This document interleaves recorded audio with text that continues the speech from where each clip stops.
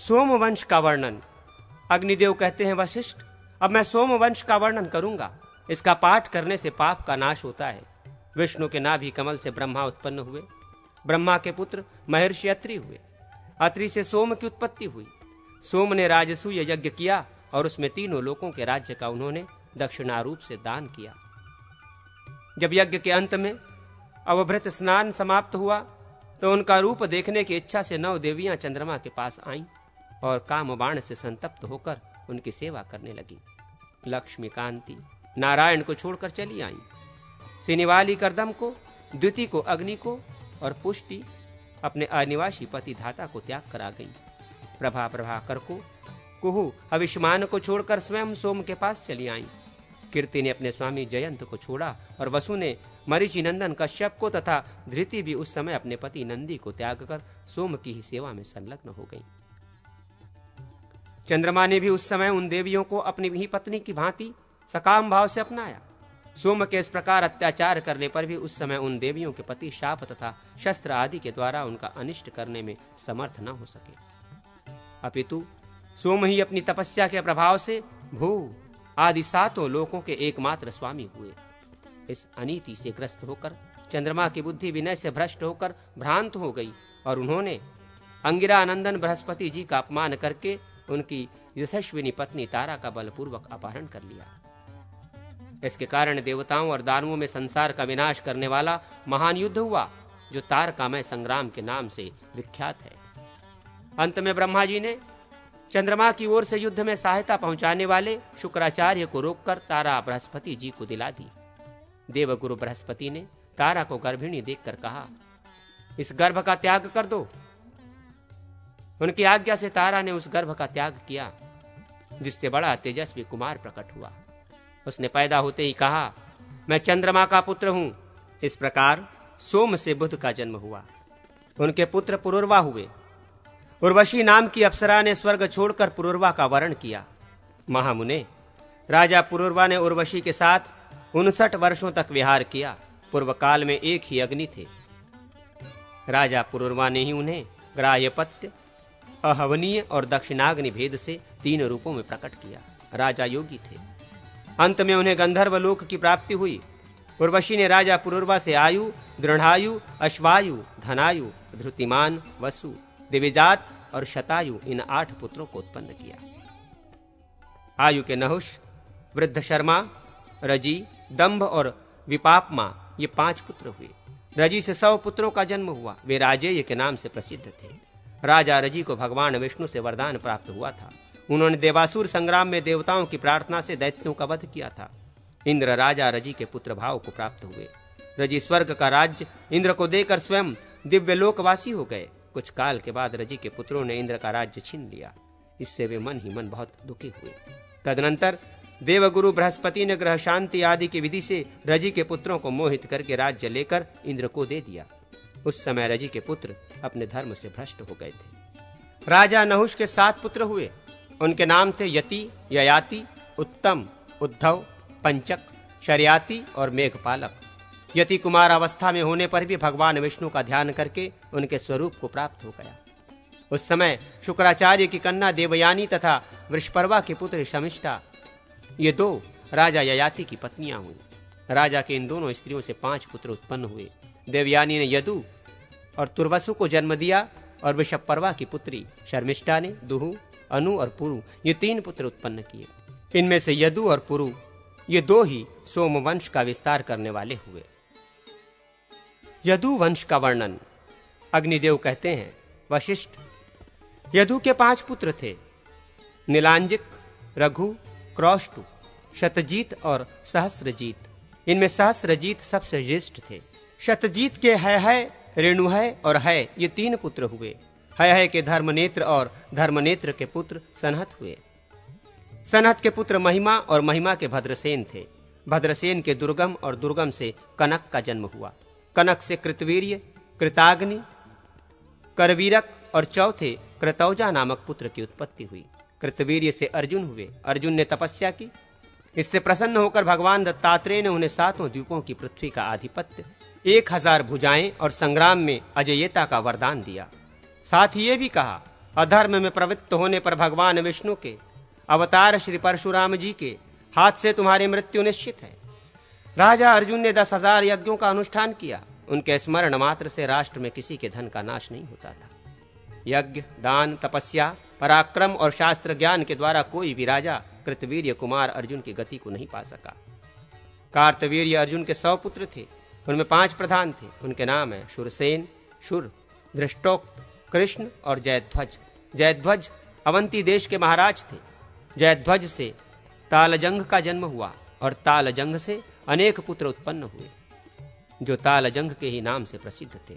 है वंशीय क्षत्रियों के 5 कुल हैं: भोज, अवंती, वितिहोत्र, स्वयंजात और शांडिकेय।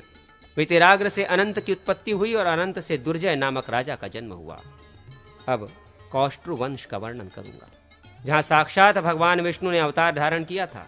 कौष्टु से वृजनिवान और वृजनिवान से स्वाहा का जन्म हुआ। स्वाहा के पुत्र ऋषदगु और उनके पुत्र चित्ररथ थे। चित्ररथ से शशबिंदु उत्पन्न हुए, जो चक्रवर्ती राजा थे। वे सदा भगवान विष्णु के भजन में ही लगे रहते थे। शशबिंदु के 10,000 पुत्र थे। वे सब के सब बुद्धिमान, सुंदर और अधिक धनवान और अत्यंत तेजस्वी थे। उनमें पृथुश्रवा ज्येष्ठ थे। उनके पुत्र का नाम सुयज्ञ था। सुयज्ञ के पुत्र उष्णा और उष्णा के तितेक्षु हुए। तितेक्षु के मरुत और मरुत से कंबल बहिर्ष, जिनका दूसरा नाम रुक्मक्वच था, हुए। रुक्मक्वच से रुक्मेशु, पृथुरक्मक, हवि, त्यामज और पापघ्न आदि 50 पुत्र उत्पन्न हुए। इनमें जामद अपनी स्त्री के वशीभूत रहने वाला था। उससे उसकी पत्नी शैव्या के गर्भ से विदर्भ की उत्पत्ति हुई। विदर्भ के कौशिक, लोमपाद और क्रथ नामक पुत्र हुए। इनमें लोमपाद ज्येष्ठ थे। इनमें कृतिका का जन्म हुआ। कौशिक के पुत्र का नाम चिदी हुआ। चिदी के वंशज राजा चैद्य के नाम से प्रसिद्ध हुए। विदर्भ पुत्र क्रथ से कुंती और कुंती से धृष्टक का जन्म हुआ। धृष्टक के पुत्र धृति और धृति के विदुरथ हुए। ये दशारह नाम से प्रसिद्ध थे। दशारह के पुत्र व्योम और व्योम के पुत्र जीमूत कहे जाते हैं। जीमूत के पुत्र का नाम विकल हुआ और उनके पुत्र भीमरथ नाम से प्रसिद्ध हुए।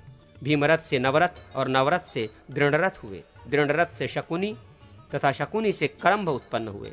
करम्भ से देवरात का जन्म हुआ। देवरात के पुत्र देवक्षेत्र कहलाए। देवक्षेत्र से मधु नामक पुत्र उत्पन्न हुआ और मधु से द्रवरस ने जन्म ग्रहण किया। द्रवरस के पुरोहूत और पुरोहूत के पुत्र जंतु थे। जंतु के पुत्र का नाम सात्वत था। ये यदुवंशियों में गुणवान राजा थे। सात्वत के भजमान, वृष्णि, अंधक और देवावृत ये 4 पुत्र हुए। इन चारों के वंश विख्यात है। भजमान के बाह्य, वृष्टि, कृमि और नीमि नामक पुत्र हुए। देवावृत से प्रभु का जन्म हुआ। उनके विषय में इस श्लोक का गान किया गया है: हम जैसा दूर से सुनते हैं वैसा ही निकट से देखते भी हैं। प्रभु मनुष्यों में श्रेष्ठ हैं और देवावृत देवताओं के समान हैं। प्रभु के 4 पुत्र हुए। वे सभी भगवान वासुदेव के भक्त थे। उनके नाम हैं कुकुर, भजमान, शिनी और कंबल बहिर्ष। कुकुर के धृष्णु नामक पुत्र हुए। धृष्णु से धृति नाम वाले पुत्र की उत्पत्ति हुई। धृति से कपोत रोमा और उनके पुत्र तित्तिर हुए। तित्तिर के पुत्र नर और उनके पुत्र आनक ददुम्भी नाम से विख्यात हुए।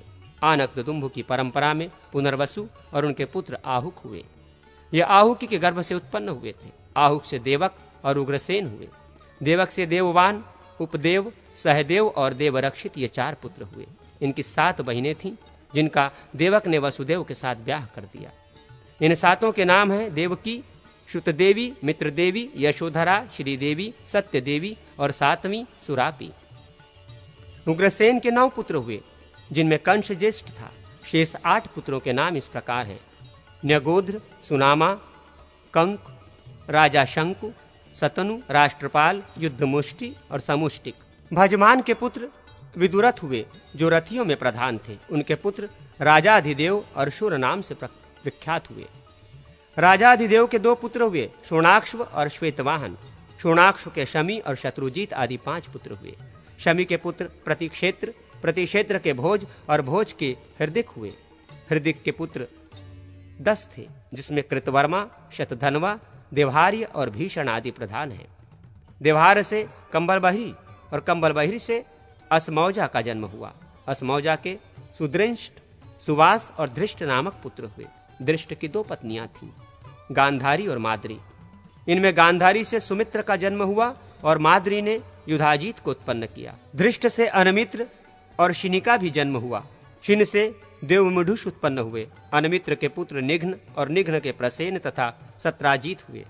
इनमें प्रसेन के भाई सत्राजीत को सूर्य से स्मंतक मणि प्राप्त हुई थी, जिसे लेकर प्रसेन जंगल में मृग्या के लिए विचर रहे थे। उन्हें एक सिंह ने मारकर वो मणि ले ली। तत्पश्चात जांबवान ने उस सिंह को मार डाला और मणि को अपने अधिकार में कर लिया। इसके बाद भगवान श्री कृष्ण ने जांबवान को युद्ध में परास्त किया और उनसे जांबवती तथा मणि को पाकर वे द्वारकापुरी को लौट आए। वहां आकर उन्होंने वो मणि सत्राजीत को दे दी, किंतु मणि के लोभ से शतधन्वा ने सत्राजीत को मार डाला। श्री कृष्ण ने शतधन्वा को मारकर वो मणि छीन ली और यश के भागी हुए। उन्होंने बलराम और मुख्य यदुवंशियों के सामने वो मणि अक्रूर को अर्पित कर दी। इससे श्री कृष्ण के मिथ्या कलंक का मार्जन हुआ। जो इस प्रसंग का पाठ करता है उसे स्वर्ग की प्राप्ति होती है। सत्राजीत को भंगाकार नाम से प्रसिद्ध पुत्र और सत्यभामा नाम की कन्या हुई, जो भगवान श्री कृष्ण की प्यारी पटरानी भी हुई। अनमित्र से शिनि का जन्म हुआ। शिनि के पुत्र सत्यक हुए। सत्यक से सात्विकी की उत्पत्ति हुई। वे युवधान नाम से भी प्रसिद्ध थे। उनके धूनि नामक पुत्र हुआ। धूनि का पुत्र युगंधर हुआ। युधाजीत से स्वाहाय का जन्म हुआ। स्वाहाय से ऋषभ और क्षेत्रक की उत्पत्ति हुई। ऋषभ से श्वशफल्क उत्पन्न हुए। श्वशफल्क के पुत्र का नाम अक्रूर हुआ और अक्रूर से सुधन्वक का जन्म हुआ। शूर से वसुदेव आदि पुत्र तथा प्रथा नाम वाली कन्या उत्पन्न हुई, जो महाराज पांडु की प्यारी पत्नी हुई। पांडु की पत्नी कुंती प्रथा के गर्भ और धर्म के अंश से युधिष्ठिर हुए। वायु के अंश से भीमसेन और इंद्र के अंश से अर्जुन का जन्म हुआ। पांडु की दूसरी पत्नी माद्री के पेट से अश्विनी कुमारों के अंश से नकुल और सहदेव उत्पन्न हुए। वसुदेव से रोहिणी के गर्भ से बलराम, सारण और दुर्गम ये 3 पुत्र हुए तथा देवकी के उदर से पहले सुसेन का जन्म हुआ। फिर कीर्तिमान, भद्रसेन, जारुक्य, विष्णुदास और भद्रदेह उत्पन्न हुए। इन 6 बच्चों को कंस ने मार डाला। तत्पश्चात बलराम और श्री कृष्ण का प्रादुर्भाव हुआ और अंत में कल्याण में वचन बोलने वाली सुभद्रा का जन्म हुआ। भगवान श्री कृष्ण से चारूस देशन और सांब आदि पुत्र हुए। सांब आदि रानी जाम्बवती के पुत्र थे।